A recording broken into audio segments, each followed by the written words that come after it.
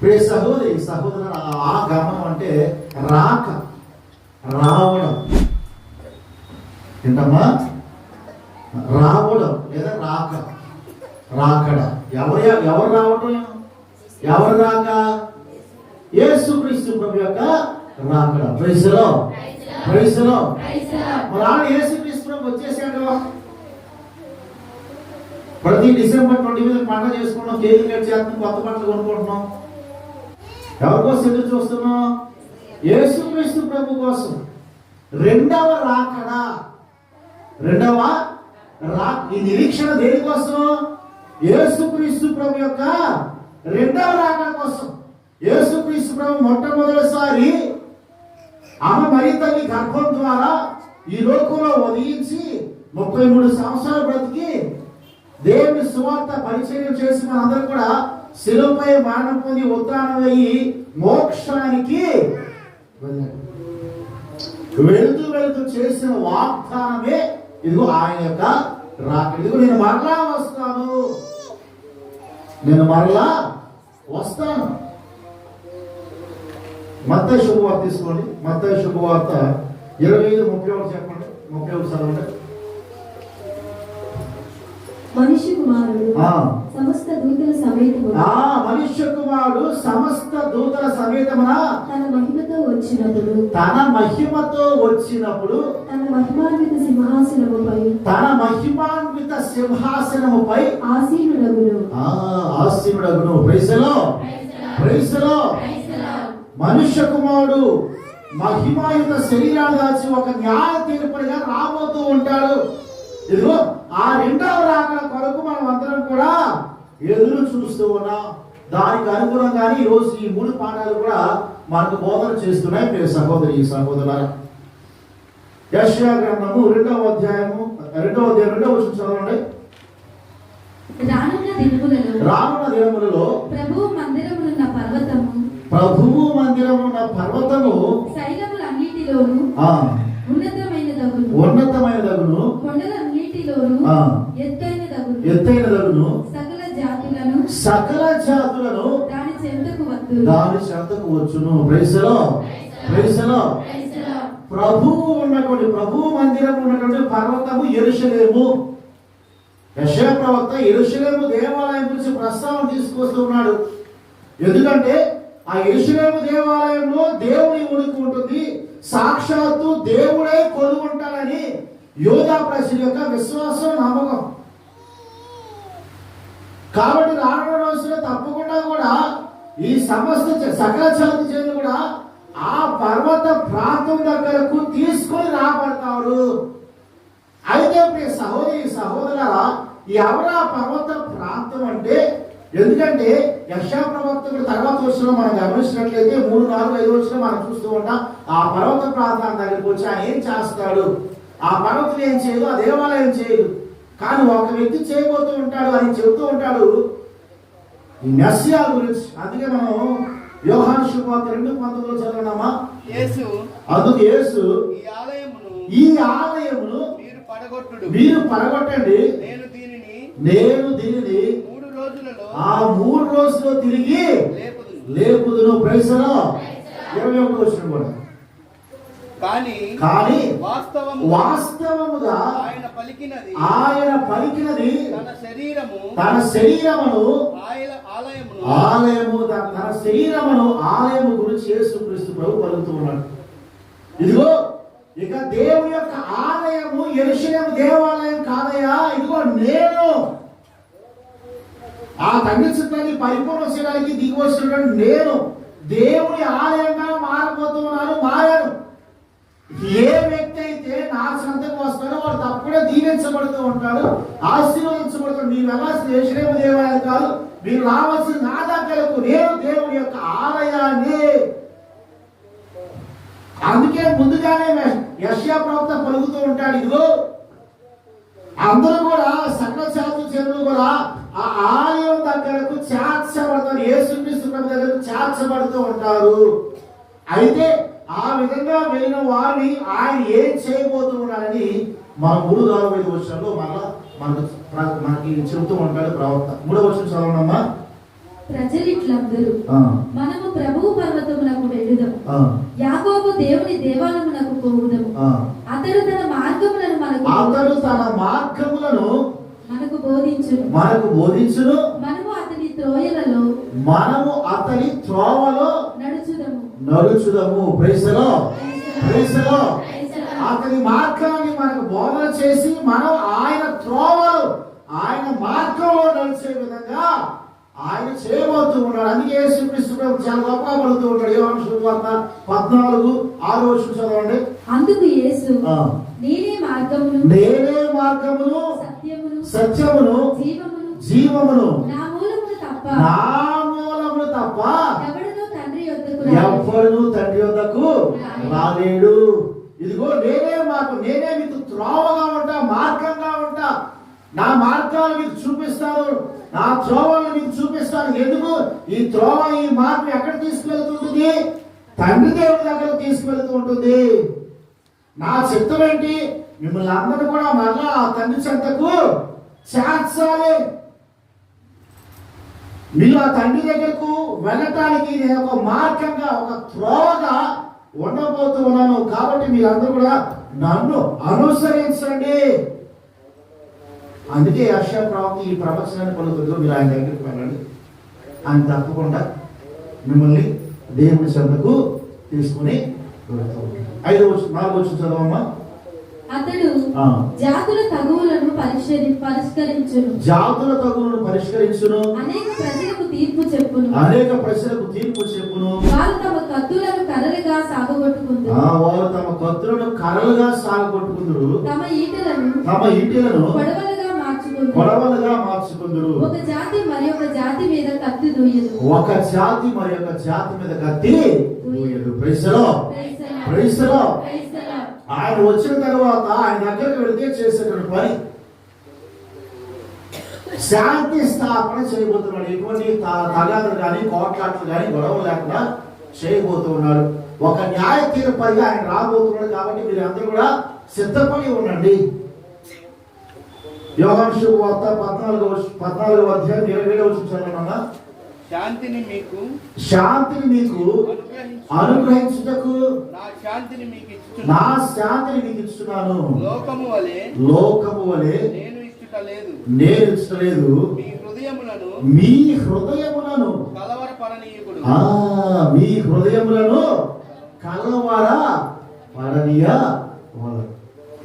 మంచి పాట కూడా ఈ పదం మీద. ఏంటా పాట?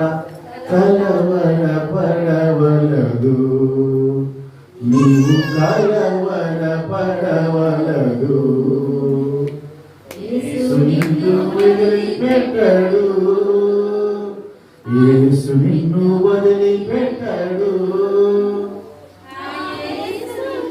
ప్రియ సహోదరి, సహోదర, అందుకే ఎందుకు ఈ కాలం పాడతారు? ఎందుకు ఈ భయాందోళనలు, ఈ కోట్లాట్లు, గొడవలు, తగలు, ఈ బేచీలు, పంచాయతీలు? అందుకే మనం మీ చదివే మత్తయి శుభవార్త 23:31 చదువు న్యాయ తీర్పు కానీ నెరవేర్చబోతున్న మళ్ళీ వచ్చినట్టు ప్రస్తావన చేస్తూ ఉంటారు. కాబట్టి ఆయన యేసుక్రీస్తు ప్రభు శాంతి సమాధానం మనకు ప్రసాదించబోతూ ఉంటాడు. ఆ మెస్సియా దేవుడు వాగ్దానం చేసిన కుమారుడు మనకు శాంతి సమాధానం ప్రసాదించడానికి మన మధ్య జీవించబోతూ ఉన్నాడు. ఇక చివరిగా మనం చూస్తూ ఉంటే యెషయా ప్రవక్త 5వ వచనం పలుకుతూ ఉంటాడు. 5వ వచనం చదవమ్మా. యాకోబు వంశజులారా రండి, మనము ప్రభువు దయచేయు వెలుగులలో నడుచుదాము. మనము ప్రభువు దయచేయు వెలుగులో నడుచుదాము. యోహాను సువార్త 8:12 చదవండి. 8:12. యేసు మరలా వారితో లోకమునకు వెలుగును నేనే, నన్ను అనుసరించువాడు అంధకారమున నడవక జీవపు వెలుగును పొందును. Praise the lord. Hallelujah, hallelujah. ఆయన ఏం చేస్తాడు? వెలుగులో మిమ్మల్ని నడిచే విధంగా చేస్తాడు. అది యేసుక్రీస్తు తన బోధన ఈ మాట పలుకుతూ ఉన్నాడు. ఇదిగో నేనే వెలుగును, నన్ను అనుసరించేవాడు అంధకారం నడవగా నిత్య జీవపు వెలుగును పొందుతాడు. దీన్ని అనుసరించే ఇప్పుడు పౌలు గారు కూడా ఈ రోజు రోమిలకు రాసిన లేఖ చెబుతారు, ఇది అంధకార చీకటి బ్రతుకుని విడిచిపెట్టినాయా వెలుగులోకి రెండయ్యా అని చెప్తా ఉంటాడు. ఇది వాకులు గమనించినట్టు మొట్టమొదటి వచ్చిన చెప్తా ఉంటాడు. యేసుక్రీస్తు ప్రభు ఈ లోకానికి వచ్చింది మనలో ఉన్న అంధకారంలో జీవిస్తున్న మనల్ని వెలుగులోనికి తీసుకొచ్చి వెలుగులో నడిపించడానికి, అదే విధంగా నడిపించాలి. ఇదే విషయాన్ని యెషయా ప్రవక్త ముందుగానే ప్రస్తావన చేయడం మనం చూస్తూ ఉంటాం. దానికి అనుగుణంగానే యోధా ప్రశ్నలందు కూడా సిద్ధపాటు కూడా మనం గమనిస్తూ ఉంటాం. యేసుక్రీస్తు ప్రభు వచ్చినప్పుడు అనేక మంది ఆయన పట్ల విశ్వాసాన్ని వ్యక్తపరుస్తూ కూడా మనం చూసాం. అందుకే అందరూ కూడా ఆయన చేత దీవించబడ్డారు. ఈరోజు నువ్వు నేను కూడా ఆశీర్వదించబడుతూ ఉన్నా.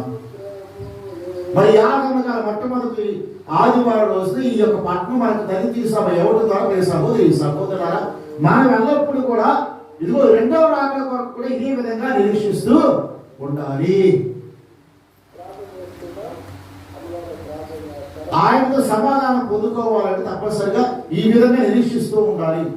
ఆయన మార్గంలో ఆయన త్రోవలో నడుస్తూ ఆయన వెలుగులో జీవిస్తూ ప్రియ సహోదరి సహోదరులారా, మనం ఆయన కోసం నిరీక్షించినట్లయితే తప్పనిసరిగా అదే వాడు దేవుడు మనందరూ కూడా తన రాజ్యంలో భాగస్థులుగా చేస్తాడు. Praise the lord.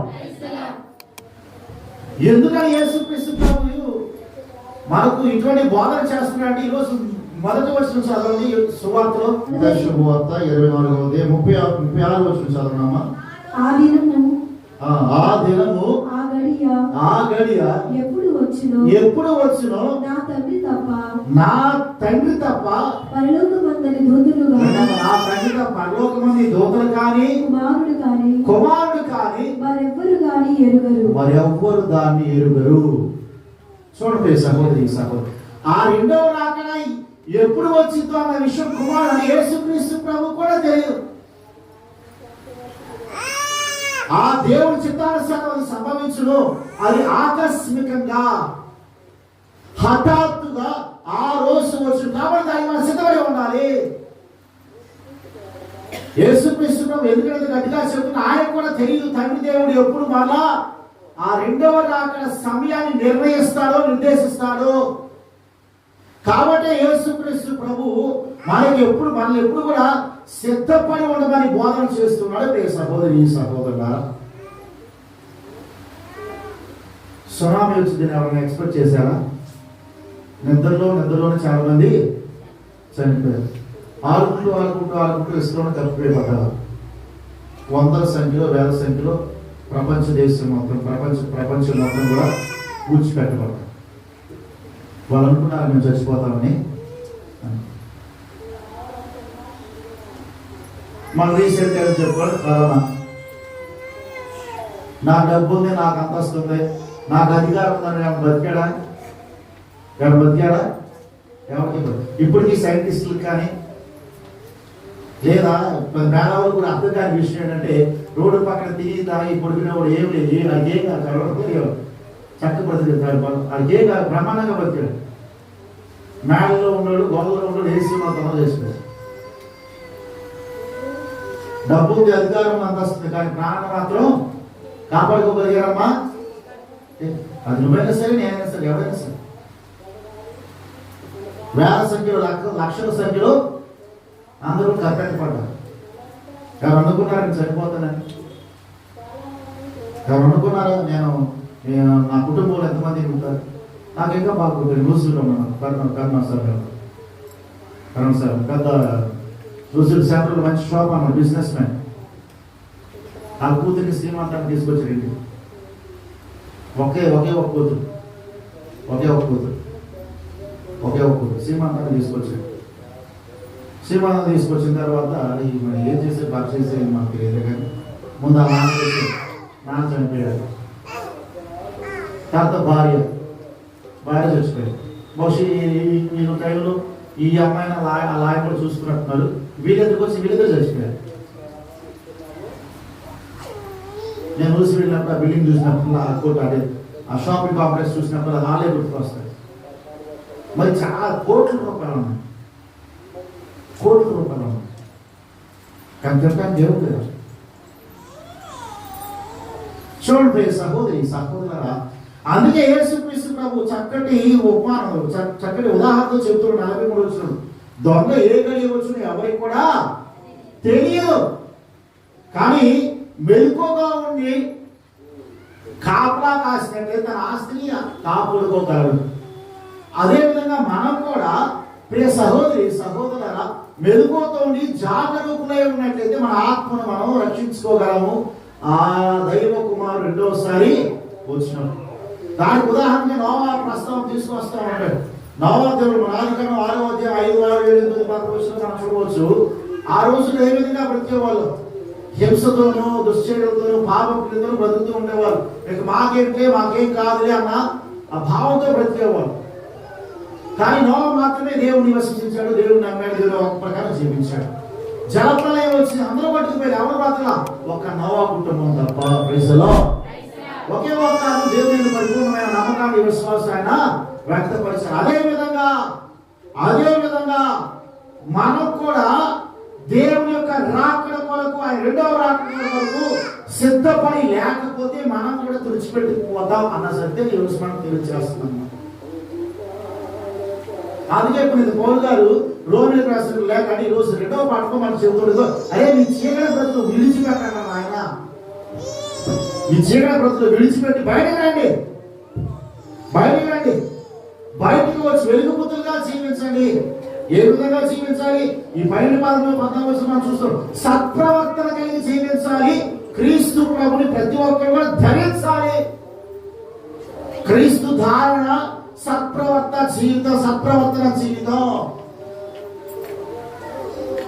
సత్ప్రవర్తన కలిగి జీవిస్తూ యేసుక్రీస్తు ప్రభుని ధరించి మనం మన జీవితాలను ముందుకు సాగించినట్లయితే ప్రియ సహోదరి సహోదరులారా, మనము ఆ యేసుక్రీస్తు ప్రభు యొక్క రాకడ కొరకు ఎదురు చూసిన వాళ్ళం అవుతూ ఉంటాం. అప్పుడు దేవుడు వాళ్ళందరూ కూడా జీవిస్తుంటారు. 10 మంది కానీ మాకు తెలుసు కదా అవమానం, 5 కళ్యాణం చేస్తూ ఉంటారు.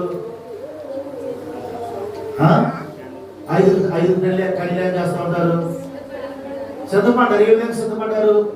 కారణాలతో పాటు కొద్దిగా నూనె కూడా తీసుకొచ్చారు. ఇంకో 5 ఏం చేశారు? కారణం తీసుకొచ్చారు. అంత బాగానే ఉంది, వారితో పడి తీసుకురాలేదు. పెళ్లి కుమారుడు ఎప్పుడు వచ్చింది నాకు ఎవరు తెలియదు. అర్ధరాత్రి జాములు ఎక్కువసేపు ఇదిగో పెళ్లి కుమారుడు వస్తున్నాడు అనగానే వీళ్ళు కారణాలు సర్దుకుంటా ఉన్నారు. ఈ 5 కారణాలు ఆరిపోయి 5 కారణాలు ఆరిపోయింది. కాకపోతే వీళ్ళ దగ్గర నూనె ఉంది, మళ్ళీ ఈ కారణాలు సరి చేసుకున్న నూనెతో వాళ్ళు ఆ యొక్క కారణాలు వెలిగించుకొని పెళ్లి కుమారుడికి స్వాగతం ఇవ్వడానికి వెళ్ళారు. వీరేమో కొనుక్కుందామని చెప్పి కొట్టుకెళ్తే ఈ లోపల పెళ్లి కుమారుడు రాని వచ్చింది, ఆ లోనికి వెళ్ళిపోయాడు. కొన్ని కాలం కాస్త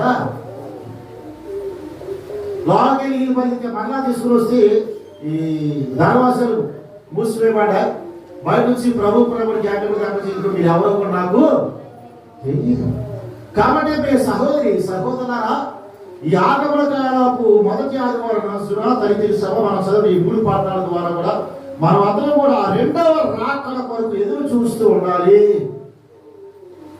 2వ రాకడ కొరకు ఎదురు చూస్తూ ఉండాలి. ఆ 2వ రాకడ ప్రతి సంవత్సరం చదువుతున్నారు, ప్రతి సంవత్సరం చెప్తున్నారు, ప్రతిసారి చెప్తున్నారు అని చెప్పేసి ఆగమని చింతపోయాం అనుకోండి, మన జీవితం కూడా ఆ కుందేలాగా ఉంటుంది. ఏ కుందేలాగా? ఏ కుందేలాగా? ఆ సామర్పోతి కుందేలాగా, నిద్రపోయిన కుందేలాగా. తామేది ఏమంటే నైట్ నడుస్తుంది దాంతో అది నా కాంపిటీషన్ అయితే అనుకుంటుంది. ఆది మనిషి పడుకుంటుంది. ఈ తామేలు మాత్రం ఎక్కడ కూడా శ్రమిస్తూ గమ్యస్థానానికి చేయదు. కలు తెలిసి రెప్పపాట్లు విజయాన్ని ఆ తాబేలు పొందుకుంటాం. కాబట్టి ప్రియ సహోదరి సహోదరులారా, మనం అందరం కూడా ఆ యేసుక్రీస్తు ప్రభువుని ధరించి సత్ప్రవర్తన కలిగి ఆయన రాకడ కోసం మనం ఎదురు చూడాలి. అప్పుడు తప్పకుండా కూడా మనమందరం కూడా ఆయన రాజ్యంలో భాగస్థులుగా చేయబడుతుంది.